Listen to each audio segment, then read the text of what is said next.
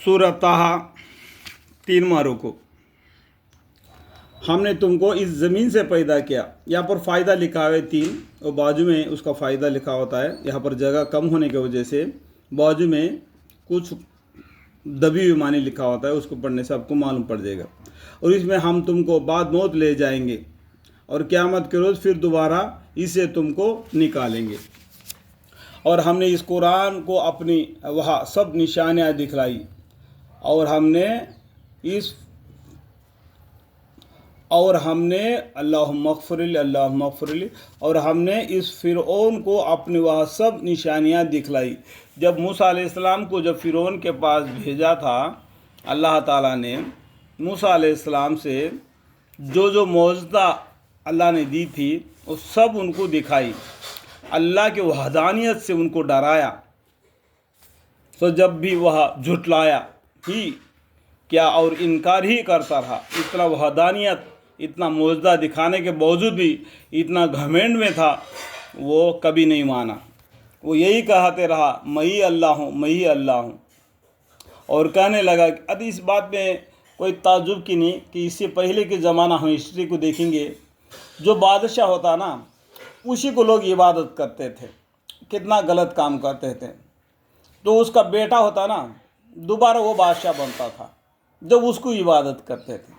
उसी तरीके से सिलसिला चलते आ गया और भी बदलते दुनिया अब यहाँ तक आ पहुँची। अभी इलेक्शन मोमेंट आ गया, इलेक्शन में चुन लेता है, लेकिन फिर भी अल्लाह की एक मेहरबानी है, जो मज़हब में अपना जी लगा के जीता है उसको उसी मस्जिद में जीने देते हैं। और कोई दिल खोल कर अपना दीन को छोड़कर दूसरे दीन में जाना चाहता है, उसको भी कोई मना नहीं करता है। लेकिन ये बात ज़रूरी है कि हर इंसान को मज़हब बदलने से पहले सोचना चाहिए, हर मज़हब के किताब को पढ़ना चाहिए। बौद्धिज़्म को भी पढ़ना है, सिखिज़्म को भी पढ़ना है, यानी बाइबल को भी पढ़ना है, और हिंदुइज़्म का महाभारत या गीता पढ़ना है, और कुरान को भी पढ़ना है।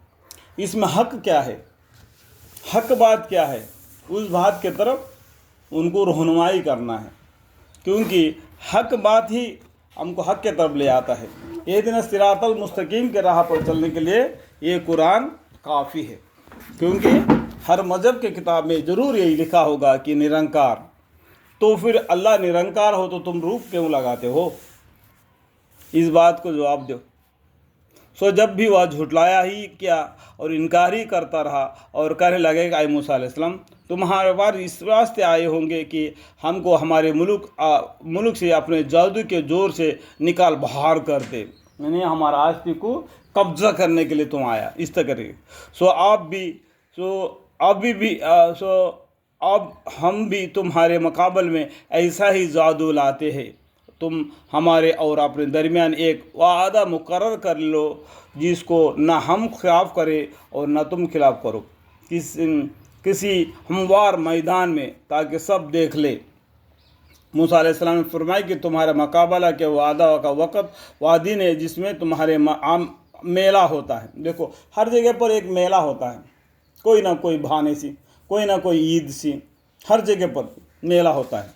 और उस मेले में बहुत से लोग आ जाते हैं, वहाँ पर ये तुम्हारा और मेरा मुकाबला करेंगे ताकि सब देख लेंगे। और जिसमें दिन चढ़े लोग जमा हो जाते हैं।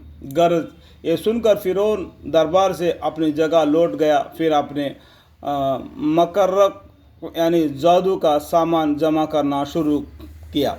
फिर आया उस वक्त मूसा अलैहिस्सलाम ने उन जादूगरों लोगों से फरमाया कि ऐ कमबख्ती, मारो अल्लाह ताला पर झूठ इफ्तरा मत करो। यानी उन जादूगरों से मूसा अलैहिस्सलाम ने ये कहा दिया, ऐ कमबख्ती मारो अल्लाह ताला पर झूठ इफ्तरा मत करो, कभी यानी खुदा ताला तुमको किसी किस्म की सजाए बिल्कुल लहस्त व नाबूद ही कर दे। और जो झूठ बांधता है वह आखिर को नाकाम रहता है। वह जादूगर ये बात सुनकर बाहम अपने राय में इख्तलाफ करने लगे और खफिया गुफ्तगू करते रहे।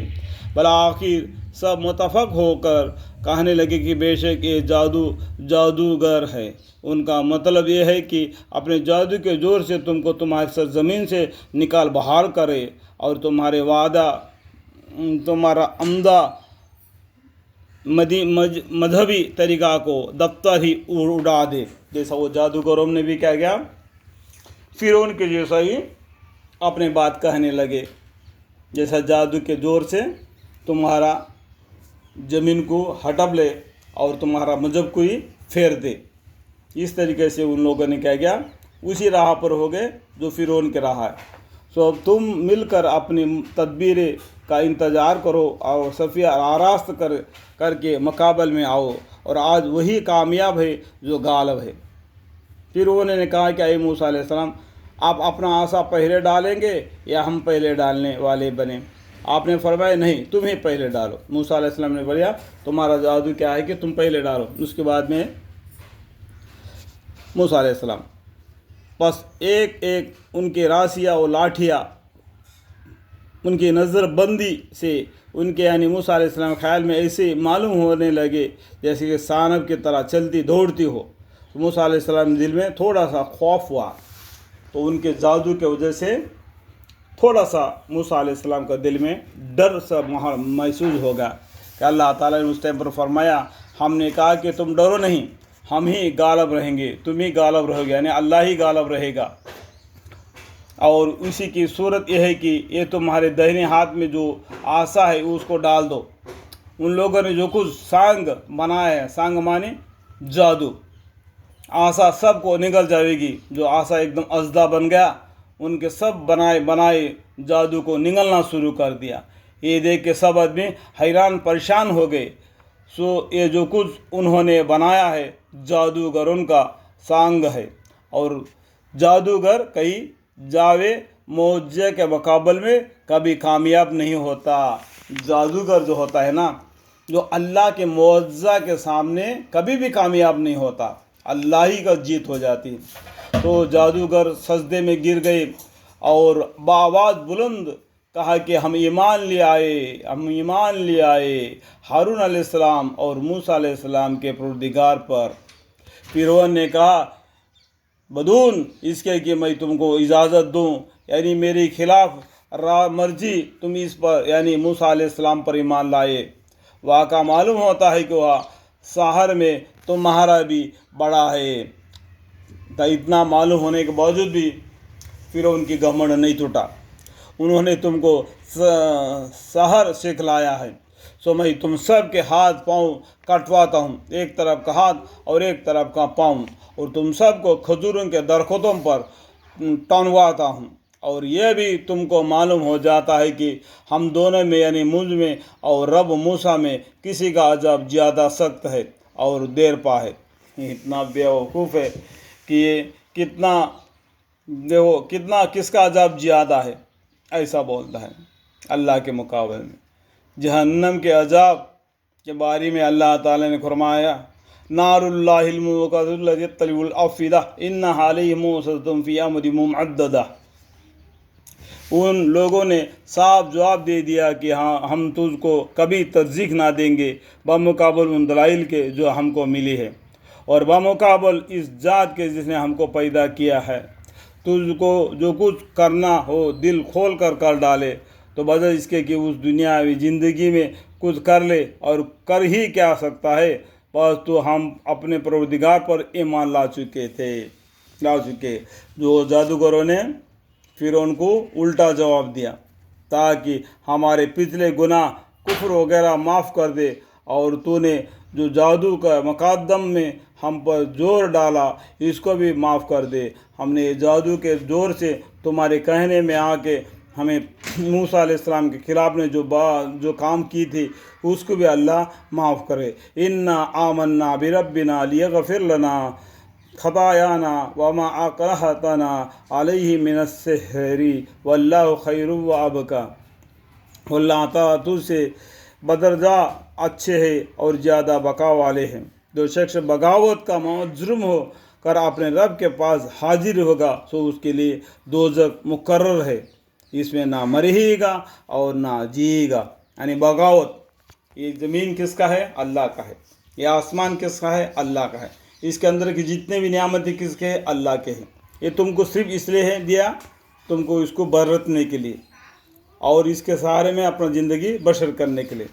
और इस अल्लाह के सरजमीन में रहते हुए अल्लाह से बगावत करेगा तो उसको सज़ा क्या है? जहन्नम है। और वह जहन्नम कैसा है? वह तो तुम मरेगा भी नहीं और ना जिएगा भी नहीं। इसी तरीके से तुम पर अजाब आएगा। अल्लाहुम्मा अग़फ़िर ली। जो शख्स रब के पास मोमिन होकर हाजिर होगा, जिसने नेक काम भी किए हो, तो ऐसियों के लिए बड़ी ऊंचे दर्जे है, यानी हमेशा रहने के बागात जिनके नीचे नहरें जारी होंगी और उनमें हमेशा हमेशा को रहेंगे। अभी सूरह रहमान पढ़ेंगे, सूरह वाक़ा पढ़ेंगे तो आपको मालूम पड़ जाएगा कि जन्नत के बारे में भी अल्लाह ताला ने क्या क्या बातें बतलाई हैं।